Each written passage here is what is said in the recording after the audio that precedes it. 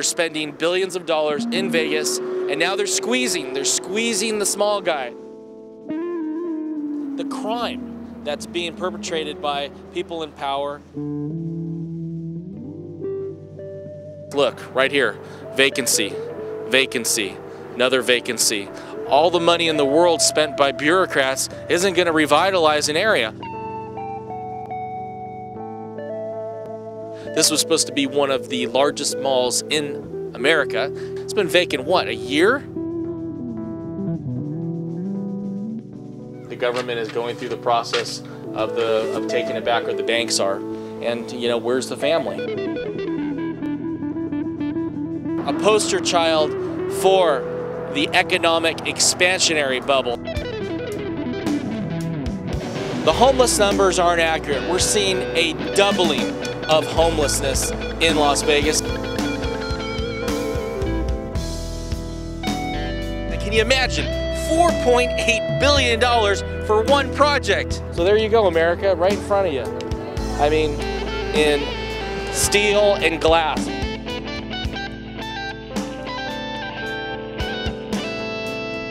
Can a pro-free market state, small in comparison to the United States, overcome the global economic shutdown of our system?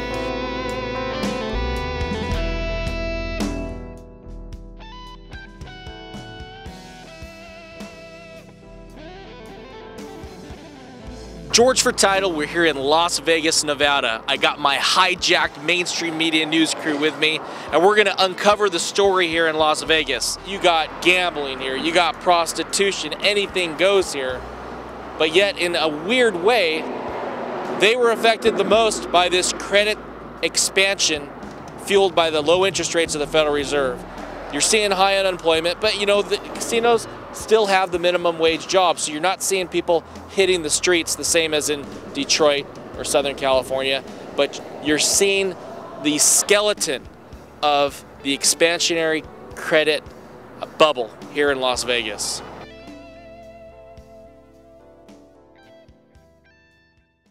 This is the first place we're stopping off. This is a commercial center that was built in Las Vegas. They're all over the place. We're going to see many, many more today. They were built during the credit bubble.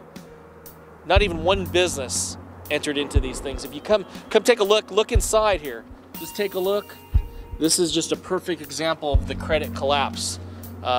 You know, same thing with that building right over there. No interior walls. They're telling me that this Dairy Queen that was supposedly supposed to come very soon, this sign's been up there for 6 months. The free market, the true free market, would never stand for buildings being vacant. So let's not kid ourselves. Everywhere you're seeing vacant buildings, it's a travesty on free market capitalism. Prices should be able to collapse so other people can buy them, and then businesses can go in here for a reduced rent. But what's happening? The total opposite. The banks are holding them off the market.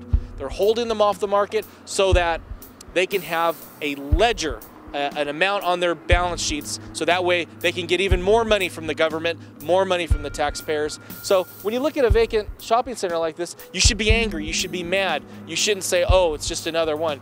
This is a perfect example of government intervention into the free market. This is what we're going to bring to you guys today, the reality of business dying off, the reality of the Federal Reserve printing trillions and trillions of dollars, pumping into the economy. This is what the reality is it went into real estate.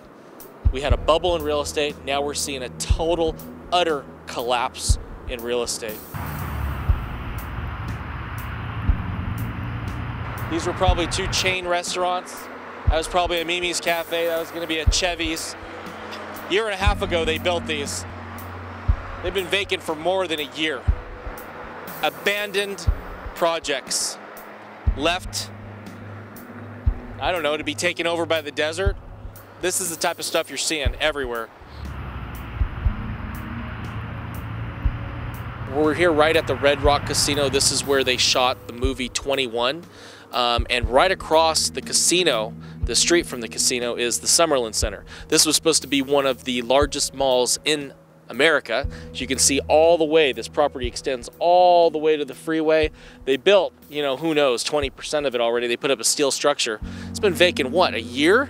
Year and a half? Nothing. Absolutely nothing.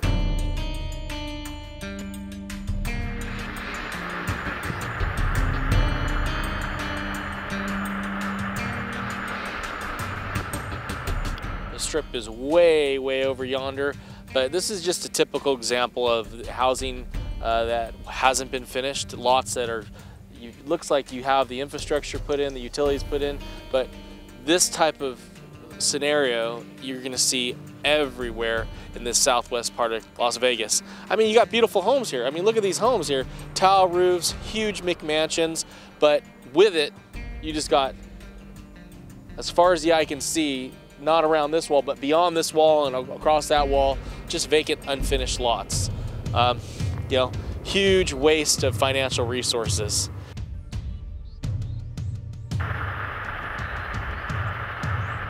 We're in North Las Vegas, where almost every neighborhood, every street has a house for sale or a house that's vacant.